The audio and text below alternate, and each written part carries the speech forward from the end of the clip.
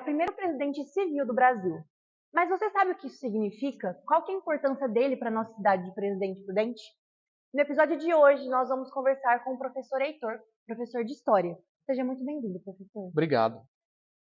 Bom, para a gente iniciar, o senhor poderia falar um pouquinho o que significa ser o primeiro presidente civil do Brasil? Bom, o momento que a República foi instituída no Brasil, ela foi instituída pelos militares. Então nós vivemos a fase da República da Espada.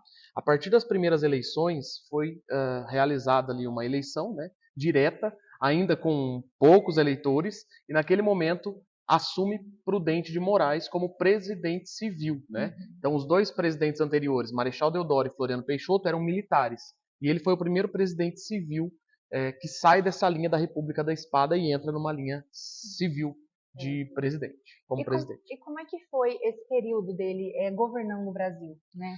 Olha, foi um período interessante, ele teve muitas dificuldades no início, depois podemos até pontuar algumas curiosidades, mas assim que ele assume, ele foi quase ignorado pelos militares, tá? O Floriano Peixoto não quis passar o bastão, não quis nem a posse do Prudente de Moraes, ele quis fazer. Então, o Prudente de Moraes, quando ele chega no Rio de Janeiro, ele não tem recepção nenhuma, é como se ele estivesse chegando sozinho na cidade. Ele teve que alugar um carro, porque ninguém foi esperar o presidente chegando na cidade, que era a capital do país naquele momento, o Rio de Janeiro, e ele teve que se deslocar sozinho, chegou sozinho, né, nas honras, para fazer as próprias honras como presidente, com pouquíssimas pessoas do seu círculo íntimo. E isso mostra que nesse momento que ele vai assumir a presidência, havia um interesse dos militares de se manter no poder, principalmente Floriano Peixoto, e ele é um pouco que ignorado. Ele chega ali quase que como estranho àquelas pessoas, né? Apesar de ter sido um cara com uma história fantástica, que a gente vai pontuar aqui, formador da base republicana brasileira, ele ajudou, assim como outros personagens, o Prudente de Moraes ajudou a formar o pensamento republicano brasileiro. Mas naquele momento que ele chega à presidência, então foi um pouco conturbado.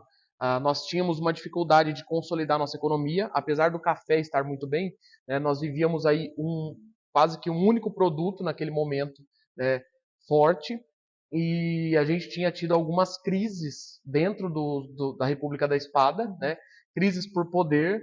Então nós tínhamos tido as revoltas da Armada, havia todo um cenário conturbado quando ele assume a presidência, e ele teve que dar conta, né? Muita gente fala que o Floriano Peixoto foi o consolidador da República. Eu vejo um pouco mais o Prudente de Moraes como consolidador da República, porque o Floriano Peixoto veio da linha militar, e o Prudente de Moraes foi o primeiro civil de fato.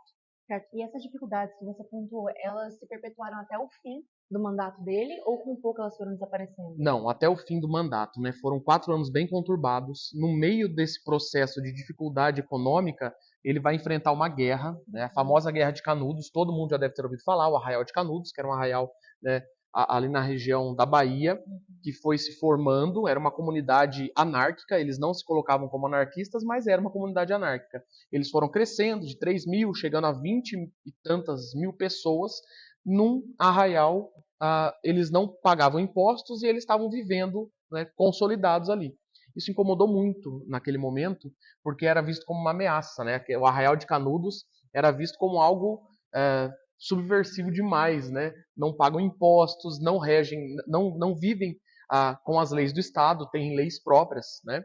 E aí ele tem que enfrentar ainda a guerra contra o Arraial de Canudos. No meio da crise econômica, ele vai fazer 3 incursões a Canudos, e até que na terceira eles conseguem derrubar o Arraial de Canudos, né? E então, com muita assim, turbulência, né? Foi um governo turbulento e consolidou mesmo a República, porque ele derruba um arraial anarquista, né? Ele vai, depois da derrubada do arraial, muita gente já deve ter ouvido falar que o Prudente de Moraes ele vai comemorar o retorno das tropas para o Rio de Janeiro, e quando ele vai receber essas tropas, ele sofre o seu atentado, né? Um militar atenta contra a vida do presidente, né? Puxa uma arma para dar um tiro no Prudente de Moraes, ele consegue bater ali com a cartola que ele estava usando na arma, e um outro militar que era amigo dele, que era o Bittencourt, se eu não me engano militar também, acaba intervindo na briga, e o Marcelino, que foi quem atentou contra a vida do Prudente de Moraes, puxa uma espada e mata o Bittencourt, que era quem estava defendendo o presidente da época. Então é assim, foi super conturbado, né? Foi um governo conturbado, mas consolidador da República, a gente pode dizer isso. E ele, a família dele, tem alguma relação também com quem ele se tornou? Porque por ele ter sido presidente, a família também era envolvida nessa questão política. Como é que era? Legal. Vamos falar um pouco da vida geralzona dele, né? Prudente de Moraes, ele nasceu em 1841, filho de Catarina e de José, tá? O José de Moraes, se eu não me engano, José Moraes. José Moraes. O pai dele era tropeiro.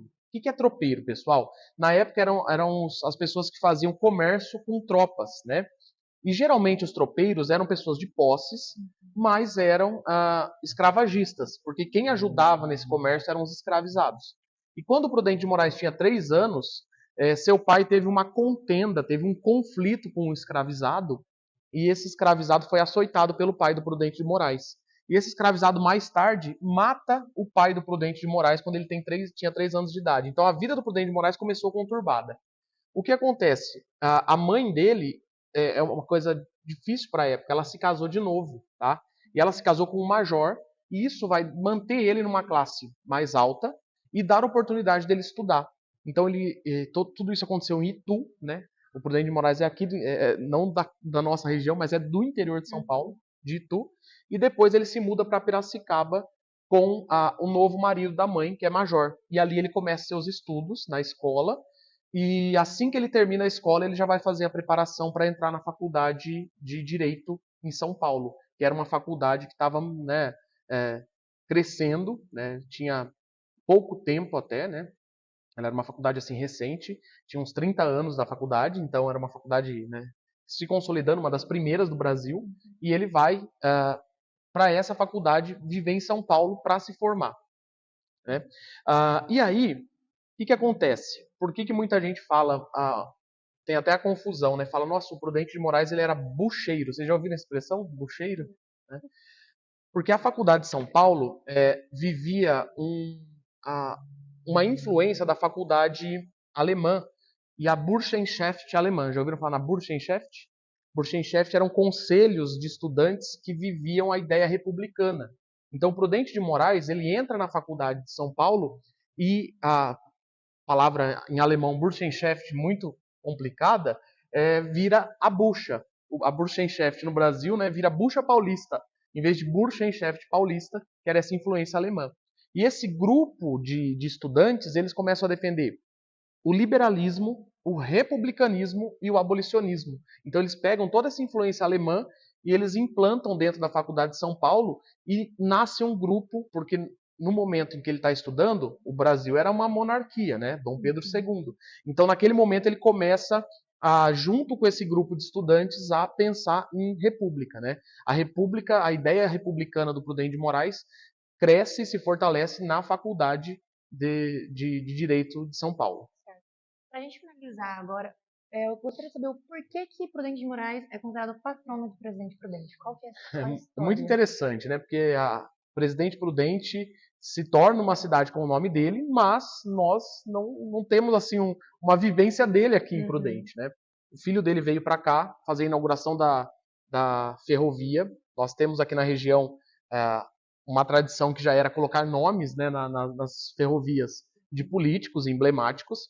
E aí coloca-se o nome da estação ferroviária de Prudente de Moraes. Né? E o filho vem, faz a inauguração. Quando se consolida o município, ele se consolida com o nome da estação ferroviária. Então vira a cidade de Presidente Prudente. O Prudente de Moraes ele não viveu, né, aqui, não passou por aqui. Ele vai, depois ele volta, depois da presidência ele volta para Piracicaba, continua atuando um pouco na política, mas ele faleceu em 1902, né, a gente não tinha nem município de Presidente Prudente consolidado, ele faleceu de tuberculose aos 61 anos. Então é interessante que a gente acabou dando nome para ele, né? O nome da estação ferroviária foi o nome da cidade, o nome do nosso município, mas ele nunca passou por aqui. Bom, muito obrigada, professor, por ter sanado nossas dúvidas. E a você que nos acompanha em mais um episódio da Mesa do Senadinho, fique ligado, porque logo mais nós vamos publicar mais episódios sobre a história de Presidente Prudente. Se você quer continuar nos acompanhando, nos siga nas nossas redes sociais e acompanhe também o site da Câmara. Até mais! Obrigado.